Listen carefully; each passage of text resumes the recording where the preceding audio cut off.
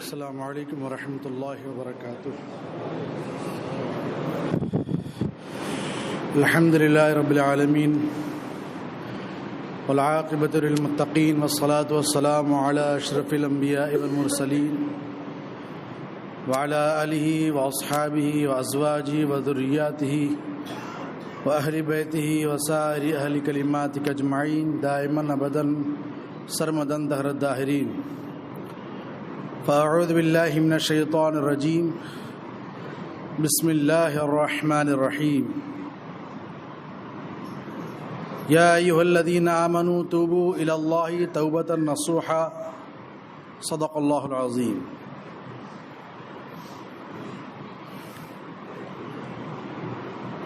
وہی رب ہے جس نے تجھ کو ہمتن کرم بنایا یا رسول اللہ صلی اللہ تعالی علیہ وسلم۔ وہی رب ہے جس نے تجھ کو ہمتن کرم بنایا اور ہمیں بھیک مانگنے کو تیرا آستاں بتایا۔ تجھے حمد ہے خدایا، تجھے حمد ہے خدایا۔ یہی بولے سدرا والے، یہی بولے سدرا والے، چمنے جہاں کے تھالے سبھی میں نے چھان ڈالے، تیرے پائے کا نہ پایا۔ کیوں کہ تجھے یک نے یک بنایا، تجھے یک نے یک بنایا۔ تجھے حمد ہے خدایا، تجھے حمد ہے خدایا۔ ارے اے رضا تیرے دل کا پتہ چلا بمشکل، درے روضہ کے مقابل وہ ہمیں نظر تو آیا۔ یہ نہ پوچھ کیسا پایا، یہ نہ پوچھ کیسا پایا۔ تجھے حمد ہے خدایا، تجھے حمد ہے خدایا۔ آئیے ہم سب مل کر حضور سرور عالم صلی اللہ تعالی علیہ وسلم کی بارگاہ پر انوار میں ہدیہ درود و سلام پیش کر لیں۔ پڑھیں اللہم صلی علی سیدنا و نبینا و شفیعنا و حبیبنا و مولانا محمد وعلی آلہ واصحابہ وبارک وسلم، صلاۃ و سلام علیک یا سیدی یا رسول اللہ صلی اللہ تعالی علیہ وسلم۔ محترم حضرات، اللہ تبارک و تعالی کا بے پناہ شکر و کرم و فضل و احسان ہے کہ اللہ تبارک و تعالی نے ہمیں اشرف المخلوقات بنایا اور مزید یہ کرم بالائے کرم یہ کہ ہمیں مسلمان بنایا اور مسلمان گھرانے میں ہمیں پیدا فرمایا۔ اللہ تبارک و تعالی کا احسان ہر ایک پر ہے، ہر چیز پر ہے، ہر مخلوق پر ہے۔ بے شمار مخلوقات ہیں اللہ تبارک و تعالی کی، یہ جمادات، نباتات، حیوانات، اللہ تبارک و تعالی نے جملہ مخلوقات کو پیدا فرمایا، مگر ان جملہ مخلوقات میں جس کا سر بلند فرمایا، جس کو شرف بخشا، وہ ہے انسان۔ اسی لیے اللہ تبارک و تعالیٰ کے سب سے زیادہ قرب رکھنے والی جماعت انبیاء کرام کی جماعت ہے، انسانوں ہی میں سے۔ نہ کوئی جن نبی ہوا، نہ کوئی فرشتہ۔ فرشتوں میں رسول ہیں، مگر کوئی نبی جنات میں نہیں، کسی اور قوم میں نہیں، وہ قوم مسلم ہے کہ اللہ تبارک و تعالی نے انسانوں ہی میں انبیاء کرام کو بھیجا۔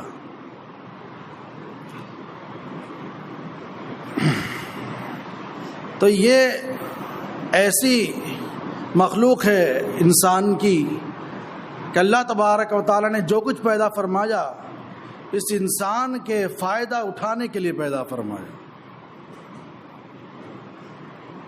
یا تو انسان کے لیے کوئی چیز خوراک ہوگی یا کسی نہ کسی طرح سے فائدہ پہنچانے والی چیز ہوگی۔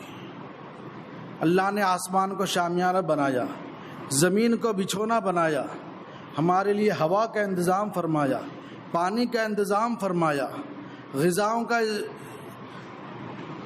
ہمارے لیے اللہ تبارک و تعالیٰ نے انتظام فرمایا، اور خود اللہ تبارک و تعالیٰ نے صاف طور پر ارشاد فرما دیا کہ یہ آسمان و زمین اور اس میں جو کچھ ہے وہ تمہارے لیے مسخر کر دیا گیا۔ وَسَخَّرَ لَكُم مَّا فِي السَّمَاوَاتِ وَمَا فِي الْأَرْضِ جَمِيعًا مِّنْهُ، اور زمین و آسمان اور اس میں جو کچھ ہے وہ تمہارے لیے ہے، یہ تمہارے سب خدمتگار ہیں۔ اب سوال ضرور یہ پیدا ہوگا کہ جب اللہ تبارک و تعالیٰ نے دنیا کی ساری چیزیں انسانوں کے لیے پیدا فرمائی ہے تو انسانوں کو کس لیے پیدا فرمایا؟ تو انسانوں کو اللہ تبارک و تعالیٰ نے اپنی بندگی کے لیے، اپنی عبادت کے لیے پیدا فرمایا۔ وَمَا خَلَقْتُ الْجِنَّ وَالْإِنسَ إِلَّا لِيَعْبُدُونَ، اور ہم نے جن اور انسان اتنے اس لیے ہی بنائے تاکہ وہ ہماری عبادت کریں، بندگی کریں۔ اور یہ بندگی بھی بے مثال بندگی ہے۔ بندگی کیا ہے؟ نوکری کو بندگی کہتے ہیں، عبادت کہتے ہیں۔ مگر دنیا کی جو بندگی ہوتی ہے، نوکری ہوتی ہے، وہ آدمی جس سے کرواتا ہے اپنے ماتحت رکھ کر، وہ اپنے فائدے کے لیے کرواتا ہے۔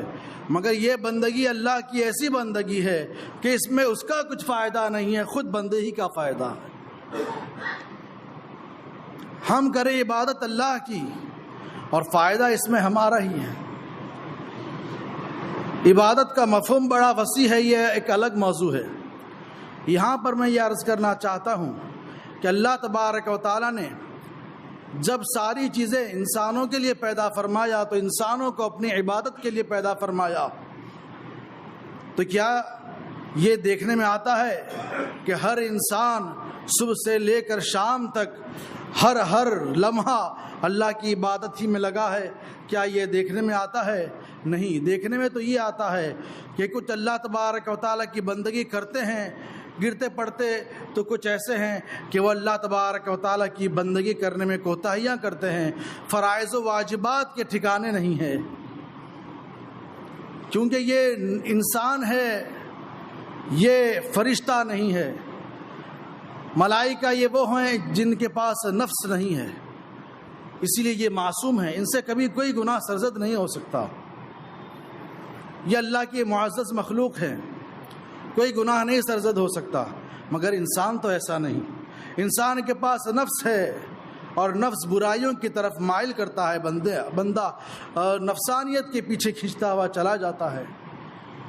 تو جب بندہ اللہ تبارک و تعالیٰ کی بندگی کرنے میں کوتاہی کرے، اللہ کے احکامات سے منہ موڑے، اللہ کی نافرمانی کرے، تب نافرمانی کرنے والوں کے لیے بھی بڑی وعیدیں آئی ہیں، جہنم کا عذاب، اور ایسا عذاب کہ آدمی تو صرف 5-6 فٹ کا رہ گیا، مگر وہ جو جہنم کی عذاب ہوگی وہ تو ایسی دہشت ناک ہوگی کہ بندے کا جسم بھی اس قدر بڑھا دیا جائے گا کہ ایک شانے سے لے کر دوسرے شانے تک کے، ایک کاندھے سے لے کر دوسرے کاندھے کے درمیان اتنا زیادہ فاصلہ ہوگا کہ اگر تیز سواری بھی کی جائے تو وہ جو ہے وہ اس کو پار کرنے میں ایک طویل وقت لگ جائے۔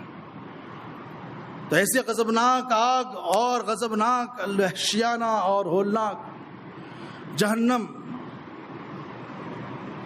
تو اس کے لیے بندے کا جسم بھی بڑھا دیا جائے گا، کیونکہ وہ اللہ کی فرما برداری کرنے میں کوتاہی کرتا رہا۔